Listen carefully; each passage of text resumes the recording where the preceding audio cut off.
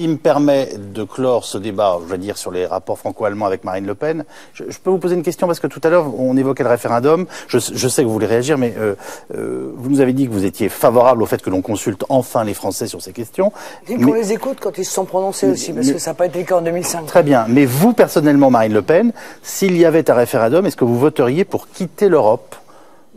Non, je peux pas vous répondre. Pour quitter l'Union européenne. Non, je peux pas vous répondre parce que je vous dis que moi, si ce référendum intervenait, par définition, comme personne autour de cette table ne voudrait l'organiser, c'est donc que je serais arrivé au pouvoir.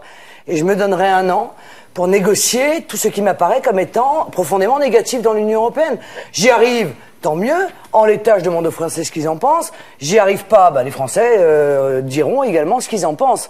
Mais encore une fois... Excusez-moi, vous pouvez pas fuir cette question, c'est un thème sur lequel vous êtes en permanence. Je vous demande, est-ce que vous avez envie de sortir de...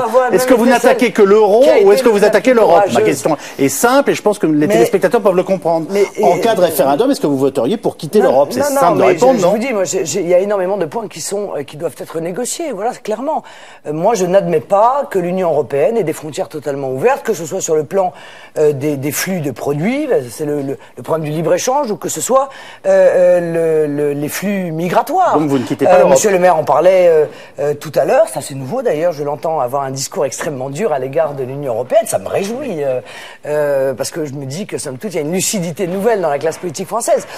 Mais je veux que l'Union européenne me laisse avoir la maîtrise de mes frontières, donc je veux renégocier Schengen, je veux que l'Union européenne m'autorise à faire du protectionnisme intelligent à mes frontières, je veux que l'Union européenne m'autorise à faire du patriotisme économique, je veux que l'Union européenne m'autorise à donner un avantage à mes entreprises françaises dans les marchés publics, ce qui n'est pas le cas. Dans ce cas-là, vous quittez l'Union européenne. Et si l'Union européenne me dit non, eh bien, je proposerai aux Français, effectivement, la voie de la liberté, de la souveraineté et de la liberté et de l'indépendance monétaire pour pouvoir relancer une économie qui est en train de se mourir. J'ai compris que vous quittiez l'Union européenne à ces conditions qui sont ingérables pour les autres pays.